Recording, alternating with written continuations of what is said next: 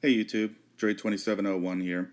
Today we're going to talk a little bit about the process of submitting coins to NGC for grading. Some people have been wondering what the process is. Some of y'all may just be out there wondering how you can get your own little box with a snazzy little red label.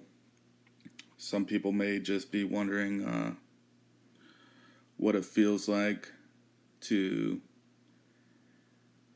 have your first perfect coin be graded and sent back to you.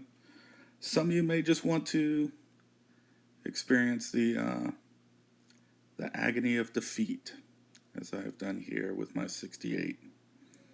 So either way, this is going to be very unprofessional.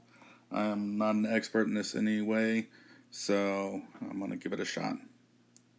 So let's go ahead and get started. Okay, so the first step if you want to start grading is obviously become a member. You have to be a member in order to submit coins, or you have to know a coin dealer and submit them through them. The free level, I won't even discuss that because you can't submit any coins. If you go with the associate level, you can submit coins directly to them. The premium is the best value. That's going to be $149, but it actually ends up being free because you get a $150 credit on your on future gradings. So they'll take $150 off of your grading fees. Now this is just the tier grading fees. It's not the fees for add-ons or the shipping cost and things like that. So it may take one or two submissions before you use the whole $150. And then they also have an elite. If you're going to do a whole lot of submissions, you can go ahead and do that for $2.99 and you'll get 10% off of all your grading fees. And this will be for NGC, NCS, which is their conservation service, and also PMG, which is their paper money. Okay, so now you've become a member and you want to go ahead and start submitting coins. First consideration is the tier level that you're going to be grading it at. These tier levels are based on the type of coin, if it's a US coin or a world coin, the date the coin was minted, and also what type of turnaround you want. Most submissions will be done under the modern coin. You can see there you can read the requirements on it, and most of the tiers will require a 5 coin minimum for submission. You could do 1 or 2 coins also if you want, but you'll pay a higher fee. Those will be under, I believe, the economy value and the early bird, but you're going to pay a premium on those. Then I would stick with a minimum of at least 5 coins when you're doing submissions. And also when you were doing submissions, everything on a submission form has to be from the same tier. You can't mix tiers on one submission form. You can send them all in at the same time, but each group has to have its own submission form with it. And yeah, so pay close attention to those. Next, there'll be add-on fees or fees for additional services. These will include special labels like your first strike or early release, which you have to have sent into them within the first 30 days of issue. They're going to charge an extra $15 per coin for those.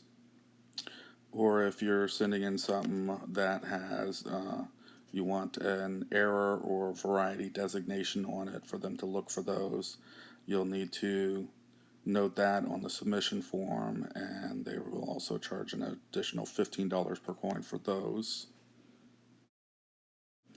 Next will be coins that are oversized and need to be put into one of their oversized holders. These will be any coins that are greater than 45 millimeters in diameter or 9 millimeters in thickness, I believe. The oversized holders are going to run you an extra $25 per coin on top of the tier price. Then you can also send in slabbed coins already for either regrading or reholdering. Mostly this would be if I've seen people auctioning off coins and the slab has been cracked or damaged in some way. So if you were to purchase that, you could send it into them to have it reholdered into an NGC one again, as long as it's in the NGC one. Also, if you do your submission and send your coins in the original mint packaging, the capsules or whatever, you can have those returned for a very nominal fee of only $3 for the whole entire submission. So if you do opt to keep them in the capsules rather than transfer them over to flips, they will return those to you. And rounding out some of the services is if you want imaging, if you want them to send you higher low resolution photos of the coins you submitted via email, you can go ahead and opt for those and have that added on. And the next service would be for coins that are in non-NGC holders and you would want them to have them grade them for crossover. The only coins you can send in actually in the slabs is from PCGS. So say you have a coin from PCGS and you would like it an NGC holder and it's been graded as an MS69, you can have it sent over.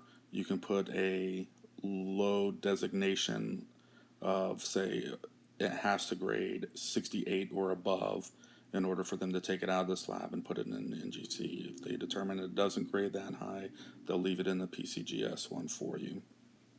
All other grading companies like Annex and you have to take them out of the slab yourself and just submit them normally.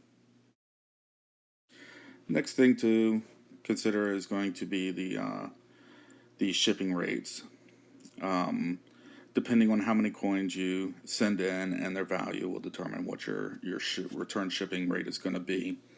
The reason that they are pretty pricey is because they do send it back registered mail insured, and registered mail with the U.S. Post Office is a separate entity.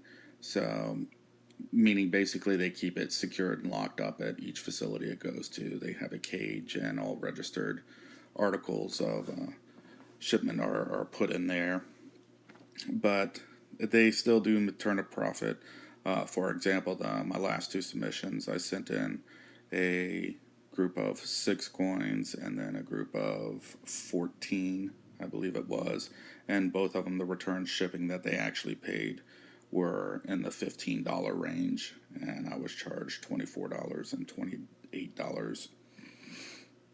So the more coins you send in, the lower your cost per coin return shipping will be, so keep that in mind. Well, this video is getting pretty long, so I think I'm going to stop it here and make a part 2, which will include the actual submission forms and filling them out and submitting your coins and mailing them off. So thank you everybody for watching, and stay tuned for the second part.